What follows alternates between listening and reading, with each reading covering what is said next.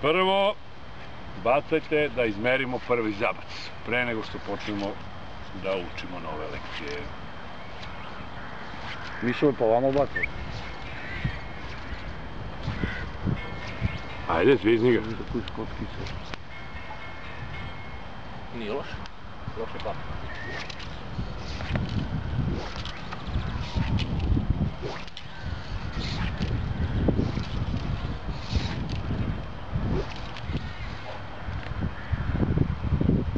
Dobro.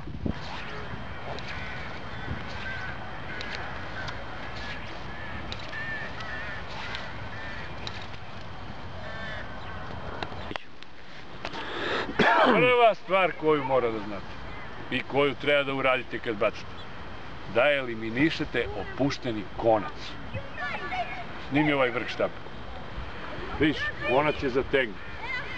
I kad mrdneš vrh, mora da mrdne vrh konca i muva tamo.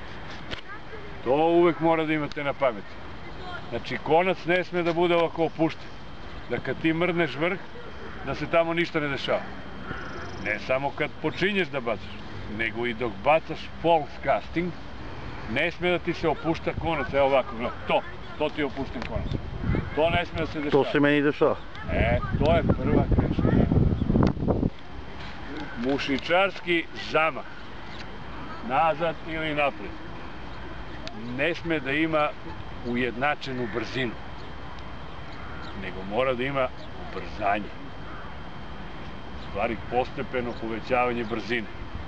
Povlačiš štap u početku sporo, no sve brže i brže da bi dostigao najveću brzinu u trenutku kad zaustavljaš ruku. Znači,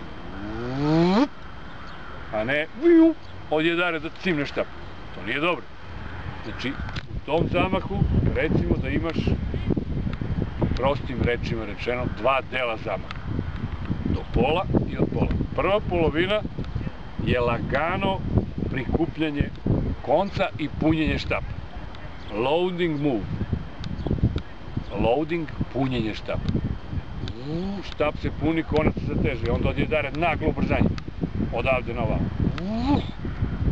Tad u stvari bacaš onaj konac i oslobađaš energiju koja se skupila u vrhu štapa.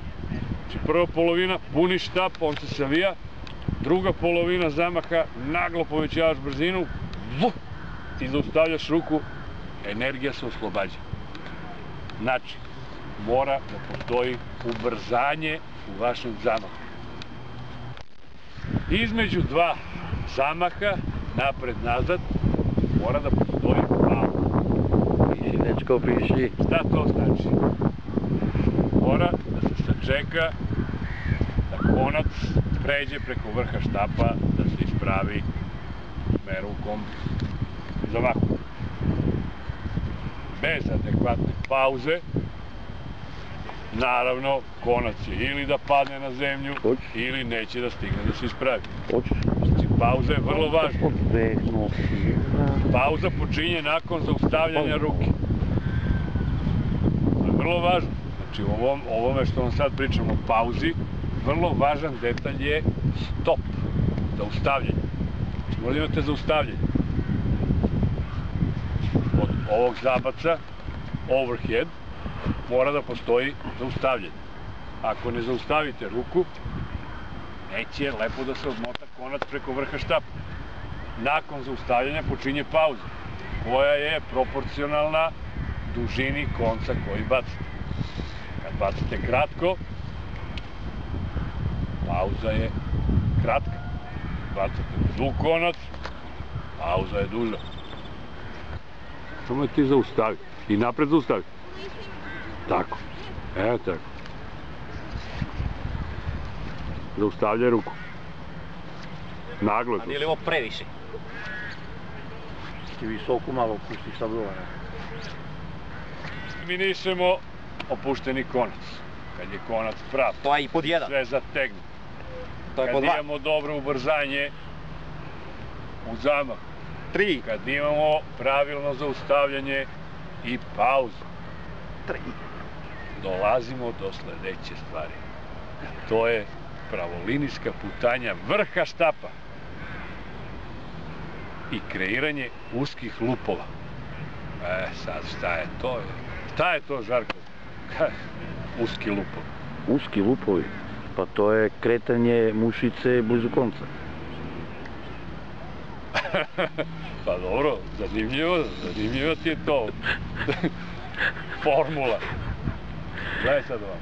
Kad bacaš, napravi se putanja konca preko vrha štapa. Vi sad baciš i evo, taj oblik tu, to je lup. I evo ti sad tu vidiš uzamku. A on može da bude i prilično širok. Kao kod nas. Često se dešava kod početnika i kod ribolovaca koji ne proučavaju mnogo teoriju zabacivanja da prave široke lupove koji nisu dobri. Mogu da budu dobri za neke stvari, ali su uglavnom za zabacivanje u dalj loši jer su veoma otporni na vazduh. Znači prave veliki otpor u vazduhu kao neko jedro i vazduh ih vraća nazad, dok su uski lupovi kao metak, dobijaju vazduh, brže se kreću i naravno konac dobija veću brzinu. Uski lup se dobija samo na jedan način, pravolinijskom putanjom vrha štapa. Evo je prava linija bela dole. Vrh štapa bi trebalo, po toj teoriji, da se kreće, evo otprilike ovako, da prati tu liniju. Tako se dobija uzak lup. Ako taj štap, vrh štapa, napravi ovakvu putanju, kao kazaljka na sat, okruglastu, to je konveksija, lup će da bude širok, ovako, veliko, širok. To u većini slučaja nije poznato. Postoji i treća stvar. Kada vrh štapa ispadne iz pravolinijske putanje i pođe ispod nje ovako, to je ulubljena putanja, konkavna, kad se dobija tailing loop, znači umrsi vam se konac. Šta to sad sve znači? Poželjno je da pravite pravolinijsku putanju vrha štapa. Na kraće distance to znači da bi štap bilo poželjno da malo povučete i malo gurnete napred. A ne da ga klackate ovako kao kazaljku na sat. Znači, malo treba da uvežbate pokret, povuci, gurni. Povuci, gurni. Žarko baca ovako nazad, zavrće ruku i pravi konveksnu putanju vrhom štapa, pozadi su mu široki lup. Onda napred gurne štap i on koriguje tu svoju takozvanu grešku u tom backcastu. I sve se to lepo ispravi. Ali kad počne da pokušava da baca na veće distance, ti široki lupovi prave ogroman otpor u vazduhu i on više na kraju ne uspeva da ispravi lup ni napred. Šta on treba da radi? I svako ko hoće da baca udalj. On treba da se trudi da i nazad u backcastu baca malte ne isto koji napred. Treba da zauzme jedan određeni položaj. To je ovako pravo, to je već malo teže. Jer on kad pođe unazad rukom, on dođe do ovog mesta i tu ruka više nema gde. To može da bude problem. I on počinje da je širi na ovamo i da je klacka. Recimo da je najbolji položaj za bacanje u dalj za dešnjake leva noga napred. Zašto? Zato što oslobađa prostor da mu desna ruka prođe ovako pored tela. Zadržavamo putanju i omogućavamo da on u jednom trenutku ne udari u svoje telo da mora da iskrivi ruku. Znači on sad može da provede ruku pravolinijski i automatski vrh štapa ide pravolinijski. I on počinje da baca napred, nazad, isto. Kad baciš nazad dobro, kao i napred, posle ti je mnogo lakše da baciš napred. Taj backcast je možda najvažnija stvar za bacanje u dalj. To mnogi mušičari previđaju. zabac unazad i taj kompletan, taj zamak, taj zabačajni proces unazad doprinosi da muva ode dalje napred.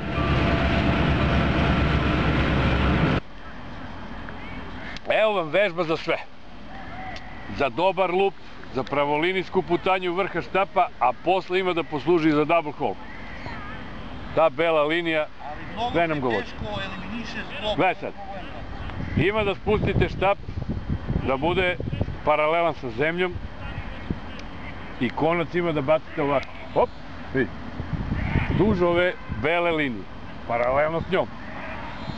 Ako vam konac pada, evo ovako, s ovim uskim lupovima, rešili ste sve probleme. Znači, sve se tu vidi. Vidi se i putanja vrha štapa, vidi se lup. Gle, evo ti široko. Odmah se vidi. Čim pogrešiš, odmah ispraviš. Pustiš da ti padne konac dole, nigde ne žuriš, razmisliš malo, pa napred, hop, to isto uradi. Hop, uzak lup, hop, uzak lup, sve lepo pada, hop, uzak lup, sve pratimo liniju i kad to uvežbate, počnete da dižete, hop, hop, hop, i postepeno, cap, cap, cap. Jasno? Nek ti padne lepo muva pozadi. Dobro, vežbe, samo to paralelno nek ide.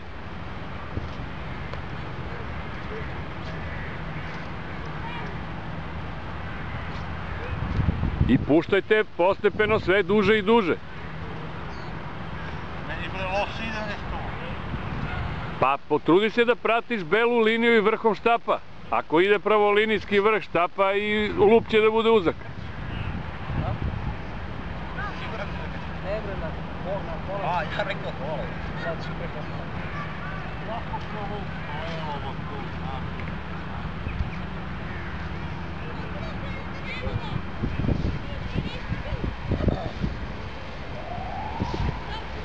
Malo kasnije kad baciš unazad povuci. To je prerano. Kasnije. Aha, nek idu zajedno, op, tako malo. Što kasnije to bolje. Kasnije i odsečnije. Kad bacaš unazad ti levom rukom slabo cimneš. Treba malo odsečnije ovako. Cap! Isto i nazad, napred ti je dobro. I sad nazad, usredsredi se malo na tu levu ruku. Nek ona da malo brzine i snage. Kako sam došao tamo ispravim, a ovamo ne? Ajde ti da vidim.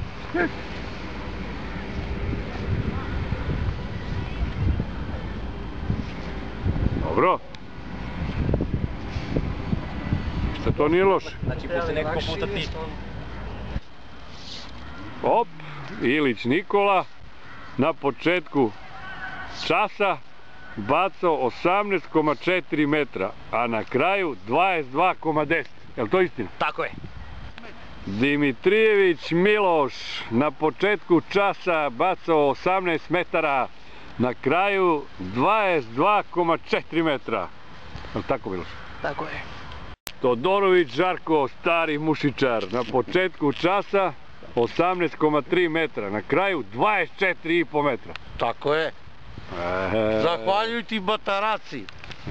Da.